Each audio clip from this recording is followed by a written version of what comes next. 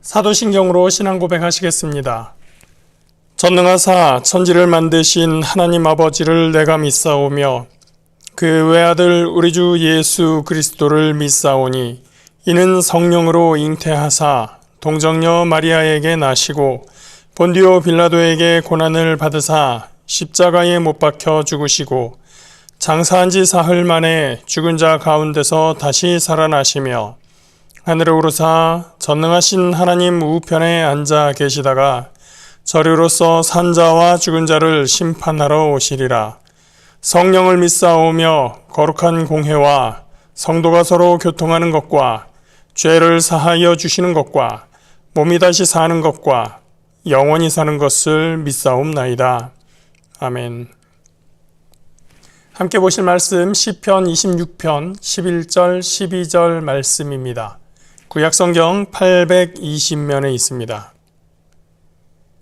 구약 820페이지 시편 26편 11절 12절 말씀입니다.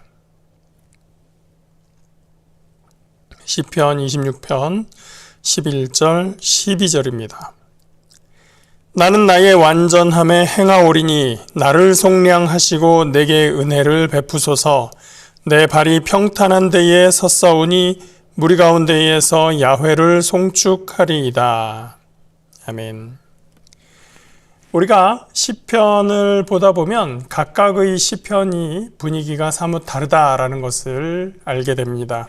학자들은 이렇게 다른 분위기의 시들을 비슷한 것끼리 그룹화하고 정리해서 몇 가지 장르로 구분을 했죠. 그래서 말씀드린 것처럼 대표적인 유형이 탄원시, 찬양시, 감사시, 또 제왕시 이런 것들이 있다고 말씀드렸었습니다. 그런데 오늘 시편인 26편처럼 가끔은 이 시가 어느 장르에 들어가는 것이냐 이 의견이 잘 합치가 되지 않고 논쟁에 빠지는 경우들이 있습니다. 시편을 장르별로 처음 구분했었던 헤르만 군켈이라고 하는 학자가 있었는데 이분은 26편을 탄원시다 이렇게 구분을 했습니다. 그런데 이후에 학자들이 이 시를 보면서 이 26편은 조금 탄원시하고는 성격이 다르지 않느냐라고 하면서 여러 가지 의견을 냈었고요.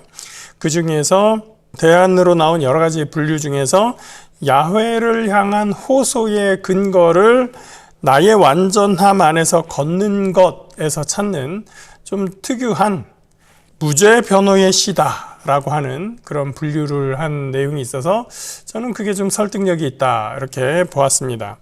그렇다면 26편을 무죄 변호의 시로 본다는 것은 무슨 의미인가?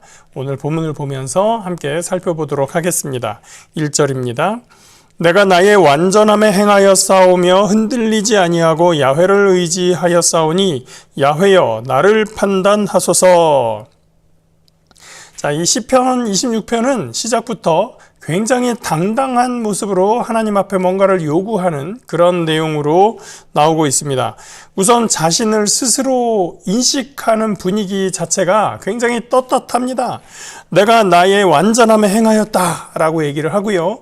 내가 흔들리지 아니하고 야훼를 의지했다. 그러니 야훼께서는 나를 판단해달라 이렇게 기도하고 있습니다.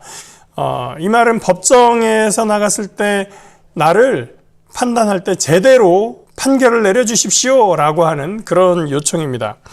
일반적으로 탄원시라고 하는 종류는 나의 어려움, 나의 답답함을 호소하는, 그래서 부르짖는 그런 내용으로 시작을 하는데 이 탄원시에 대해서 내일 28편을 보면서 조금 더 알아보도록 할 텐데요. 그에 비하면 오늘 이 26편은 하나님께 당당하게 요구하는 그런 모습을 보이고 있다는 것입니다. 그런 모습은 2절에도 이어지고 있는데요.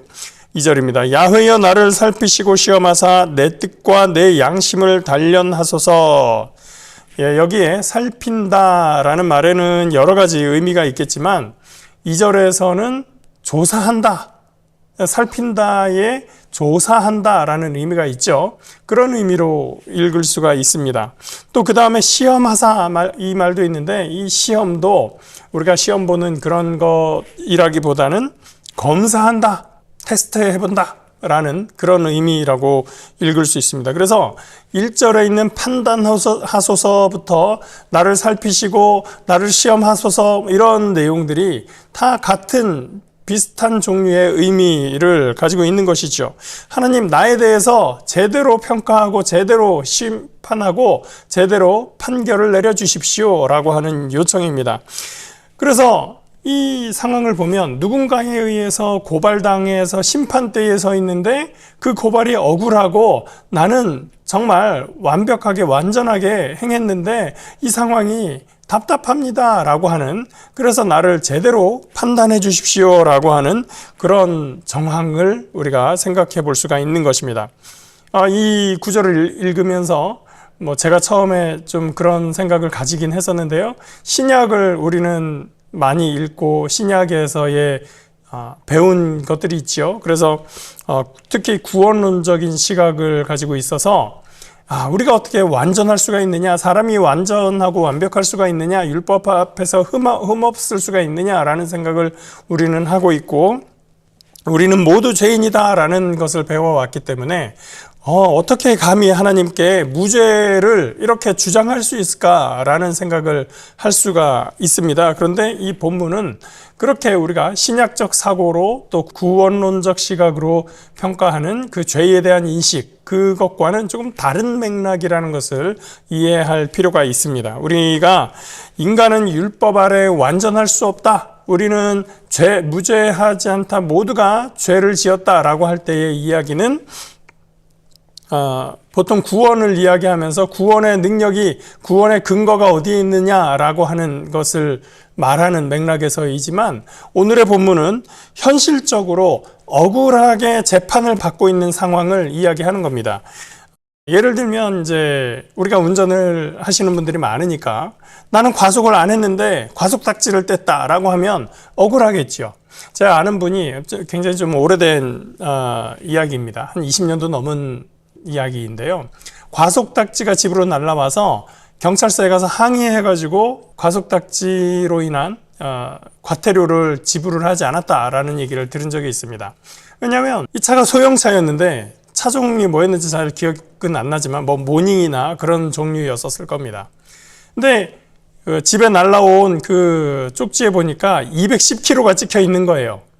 아니, 이 차는 아무리 밟아도 210이 나가지가 않습니다 라고 하면서 이의 신청을 했다는 거죠. 카메라가 거짓말을 했겠습니까? 라고 처음에 경찰서에서 얘기하다가, 내가 이 차 줄 테니까 당신이 가서 210 밟으면 그거 찍으면 내가 돈 낼게요 하니까 논쟁을 하다가 결국은 인정하고, 이 차는 그만큼 잘 안 나가는군요 하고서 그 딱지 내는 것을 무효로, 그러니까 컴퓨터 오류로 이렇게 해서 무효 처분을 했다라는 얘기를 들은 적이 있습니다. 요즘은 더 기계가 좋아지고 카메라도 더 좋아졌겠죠. 그렇게 오류가 없을 수 있겠지만 그때 이제 그런 이야기를 들었단 말이죠. 나는 잘못이 없는데 분명히 억울하게 재판받는 그런 경우들이 생긴단 말이죠. 그렇기 때문에 그런 상황에서 우리는 무죄를 주장할 수도 있습니다. 현실에서 말이죠. 내가 구원을 받느냐, 하나님 앞에서 내가 흠결 없는 순전한 사람이, 이런 의미로 지금 이야기하는 것은 아닙니다.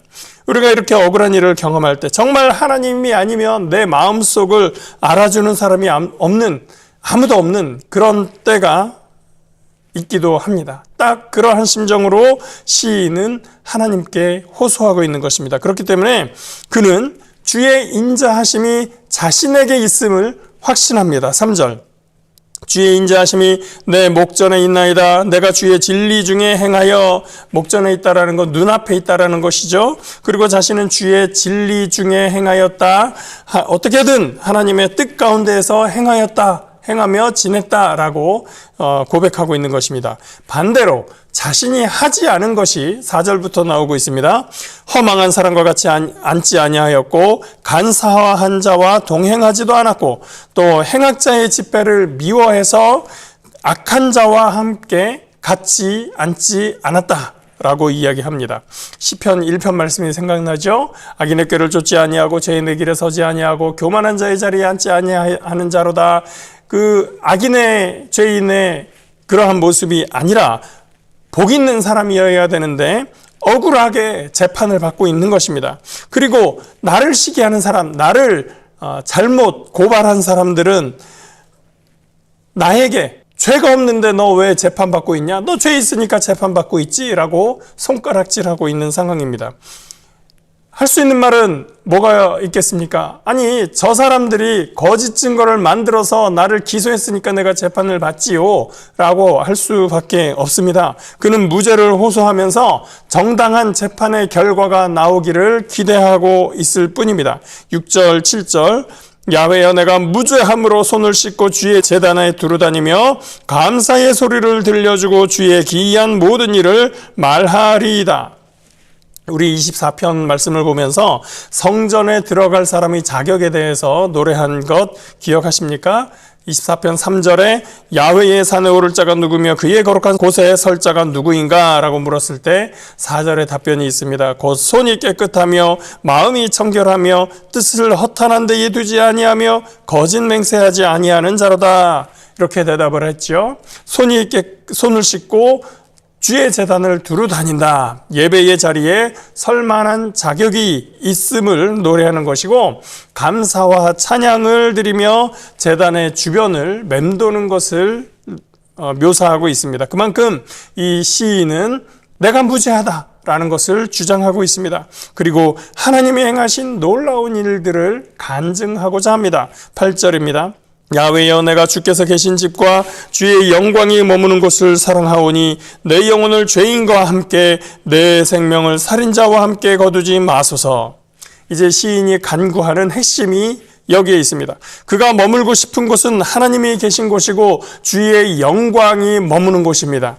그곳은 죄인에게 어울리지 않고 살인자에게 합당하지 않은 곳입니다. 그곳은 허망한 자의 자리에 간사한 자의 길, 또 행악자의 집회와는 반대되는 곳입니다. 10절입니다. 그들의 손에 사악함이 있고 그들의 오른손에 뇌물이 가득하오나 나는 나의 완전함에 행하오리니 나를 속량하시고 내게 은혜를 베푸소서. 1절에서는 내가 나의 완전함에 행하였다라고 고백을 했고 11절에는 나의 완전함에 행하겠다라고 다시 한번 결단을 비추어 보이고 있습니다. 억울한 상황이 펼쳐지면 가끔 어긋나서 행하는 사람들이 있습니다. 내가 이때까지 이렇게 잘해왔는데 나를 이렇게 취급하다니 그럼 내가 그렇게 살 필요가 뭐 있어? 아무 소용이 없네 라고 하면서 이제는 내 마음대로 살 거야, 내 좋은 대로만 할 거야, 나한테 유익이 되는 것만 찾을 거야 라고 생각을 하게 됩니다. 그런 사람들도 있는데 이 시인은 여전히 변함없는 온전한 믿음을 가지고 하나님 앞에 거룩한 삶을 살아가겠다고 결단하고 있습니다. 그의 자리는 여전히 하나님을 예배하고 찬양하는 곳에 있습니다. 12절입니다. 내 발이 평탄한 데에 섰사오니 무리 가운데에서 야훼를 송축하리이다. 시인은 행악자의 자리도 싫어했고 죄인과 살인자의 모임에 들어가지 않는 자리, 야훼를 송축하는 무리 가운데에 있습니다. 그곳에서 그는 하나님을 예배하고 찬양하고 있는 것입니다. 그의 발은 평탄한 데 서 있습니다. 1절에 내가 흔들리지 않는다고 했는데 그의 자리가 평탄한 곳에 있기 때문에 이 말은 곧 하나님의 말씀 위에, 반석 위에 든든하게 서 있기 때문에 흔들리지 아니한다라고 하는 고백과 마찬가지입니다. 무죄 변호의 시다라고 하는 것, 26편이 무죄 변호의 시다라고 하는 것은 이렇게 억울한 재판 중에도 하나님께서는 자신의 중심을 아신다고 고백하는 것입니다. 그리고 여전히 하나님을 예배하는 자리를 떠나지 않습니다. 때로는 세상이 나의 진심을 몰라주고 억울하게 우리를 비판하고 비난할 수도 있습니다. 심지어 재판을 받을 수도 있고요. 억울한 판결이 나올 수도 있습니다. 마침 누가복음 18장에 과부와 재판관의 비유에서 예수님이 이렇게 말씀하십니다. 그 비유를 다 말씀하신 끝에 주님이 물으시죠. 인자가 올 때에 세상에서 믿음을 보겠느냐? 여러분, 진리의 하나님은 우리의 속 사람 됨을 알고 계십니다. 그러니 오늘의 시인의 모습처럼 완전함에 행하기를 소원하고 결단하며 예배의 자리를 떠나지 않는 저와 여러분이 되시기를 축원합니다. 주님이 오셔서 세상에서 믿음을 찾을 때 주님 내가 여기 있습니다 라고 고백하며 주 앞에 나가는 저와 여러분 되시기를 주님의 이름으로 축복합니다. 기도하겠습니다. 사랑과 은혜의 하나님 감사합니다. 하나님, 세상에서 우리가 살아갈 때 참으로 많은 일을 겪게 됩니다. 즐거움에 있을 때도 있고 기쁨 가운데 있을 때도 있지만 또 억울한 가운데 슬픔 가운데 있을 때도 있습니다. 답답하여 하나님 앞에 호소할 때 하나님 우리의 진심을 아시고 우리의 진정함을 주님께서 아시오니 주님께서 우리 가운데 임하여 주시고 그 모든 상황 속에서도 우리가 절망하지 아니하고 낙심하지 아니하고 하나님 주님을 바라보며 주 안에서 소망을 찾을 수 있도록 인도하여 주시옵소서. 하나님, 그래서 우리가 믿음 안에서 흔들리지 아니하며 반석 위에 굳게 서서 무리 가운데에서 야훼를 송축하는 하나님, 우리가 찬양의 자리에 예배의 자리에 여전히 있으며 주님의 완전함 가운데 행하려고 하는 결단을 날마다 더하는 주님의 백성들 될 수 있도록 인도하여 주시옵소서. 감사드리며 예수님 이름으로 기도합니다. 아멘. 하늘에 계신 우리 아버지여, 이름이 거룩히 여김을 받으시오며 나라가 임하시오며 뜻이 하늘에서 이루어진 것 같이 땅에서도 이루어지이다. 오늘 우리에게 일용할 양식을 주시옵고 우리가 우리에게 죄 지은 자를 사하여 준 것 같이 우리 죄를 사하여 주시옵고 우리를 시험에 들게 하지 마시옵고 다만 악에서 구하시옵소서. 나라와 권세와 영광이 아버지께 영원히 있사옵나이다. 아멘.